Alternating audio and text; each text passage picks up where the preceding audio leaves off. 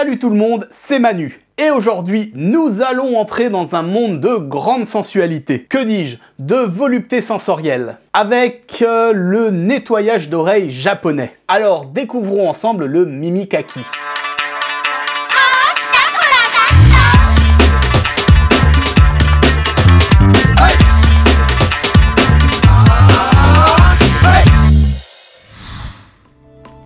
Le Mimikaki, c'est cette tige de bambou légèrement recourbée à son extrémité. Et il désigne autant l'instrument que la pratique. Personnellement, je n'en possède pas et je n'ai jamais fait l'expérience d'une séance. Ouais, je sais, mais bon. Je connaissais la chose de nom, mais ce qui m'a donné envie d'en parler est ce très bon manga de Yaro Abe, sorti récemment aux éditions du Lézard Noir. Si vous ne connaissez pas ce mangaka, il s'est plutôt fait connaître avec la très bonne série La Cantine de Minuit. Mimikaki, l'étrange volupté auriculaire, est donc un recueil d'histoires qui date de bien avant, car ce sont ses premières œuvres éditées. Mais je vous parlerai du manga un peu plus tard. Donc le Mimikaki, ce n'est rien de très fifou à la base, vu que cette technique de nettoyage d'oreilles s'est principalement développée au 19e siècle et restait une pratique principalement familiale.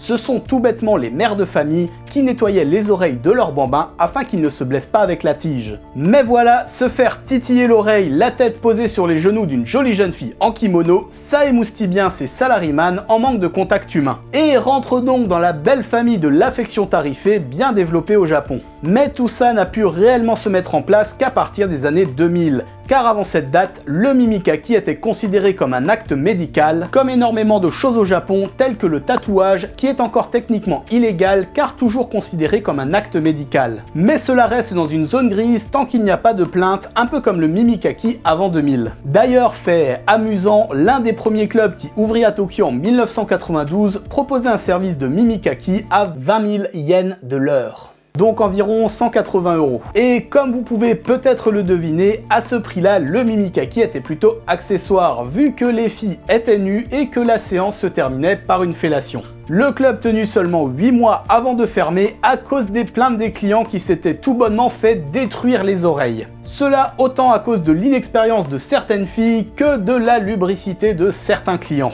Car oui, toucher les demoiselles alors que vous avez un pic en bambou dans l'oreille, c'est pas forcément la meilleure idée du monde. En tout cas, à l'heure actuelle, ça se pratique encore, les séances de Mimikaki, pas le truc mixé avec de la prostitution.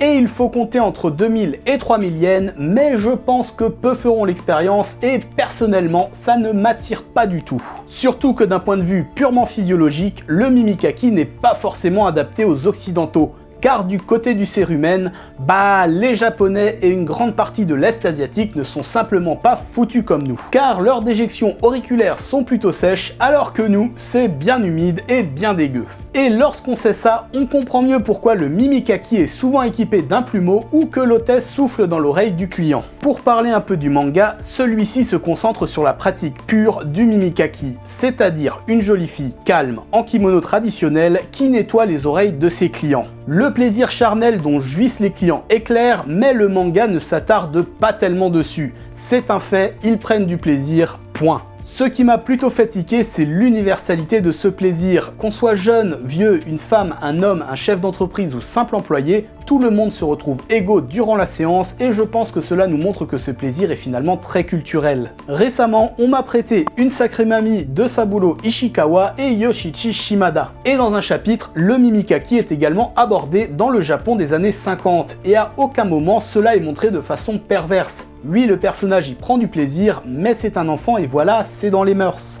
En tout cas, vu le caractère calme et la sensualité de la pratique, on trouve aussi une demi-tonne de vidéos ASMR de Mimikaki et certaines avec plusieurs millions de vues. Mais lors de mes recherches, le plus drôle que j'ai trouvé reste quand même ce livre photo de chat en train de se faire nettoyer les oreilles. Ouais bon, le Japon quoi, on trouve bien un livre photo des plus belles bouboules de chat.